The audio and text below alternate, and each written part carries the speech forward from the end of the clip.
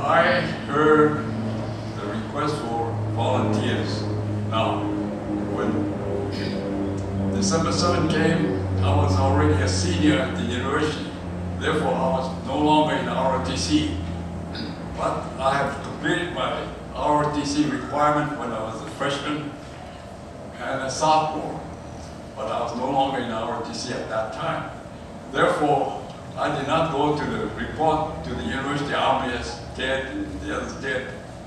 Somehow, I ended up at the Army and volunteered my services for the Hawaii Territorial Guard. We were told to go get our uniform. We picked out the old World War type helmets, the old type gas mask. We were issued a 1903 Springfield rifle. I was assigned to a squad where I was the only Nisei in this particular unit. In my case, the squad was assigned to go to the Palama Fire Station, where we billeted, but that's where we lived for the time being, as we were assigned to guard different installations down there. As Ted explained, the Territorial Guard had functions of guarding various installations, government buildings, banks, radio stations, and so forth, the waterfront.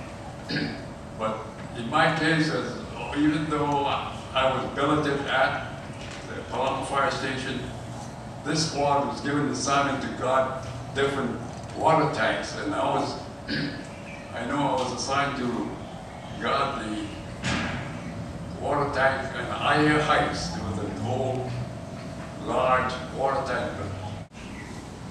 But following all this, when we were finally released because of the reasons Mr. Tsukiyama gave,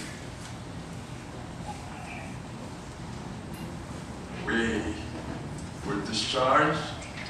I won't go into details because Mr. Tsukiyama has already given you the details. We're back home. Then we tried to go back to school again. I was, like I say, I was a senior at the university. I went back, re-registered again. But then the story about the Labor Battalion came up. I joined some of my friends and again volunteered for this Labor Battalion.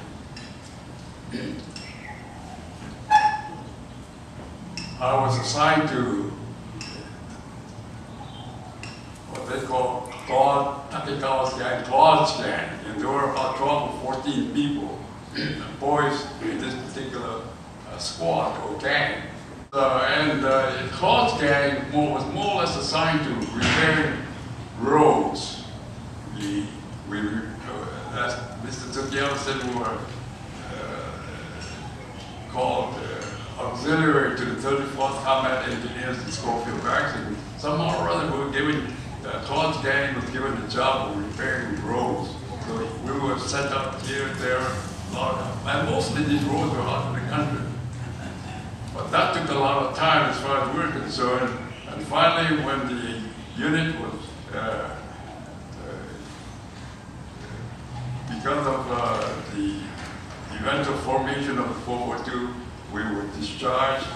Then, right there at Schofield Barracks, they gave us the opportunity to volunteer for the 442, which I joined the rest of the boys and volunteered for the 442 at that time as well.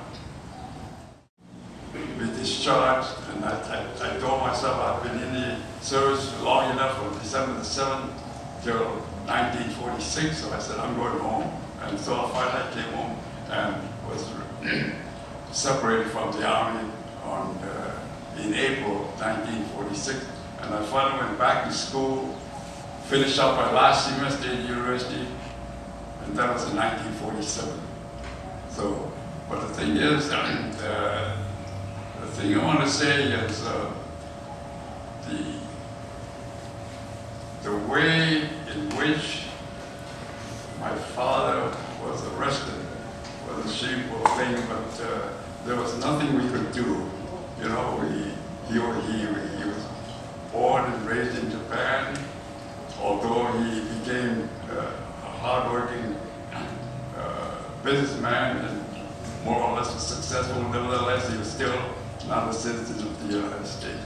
But in spite of all that, I volunteered for the Territorial Guard. I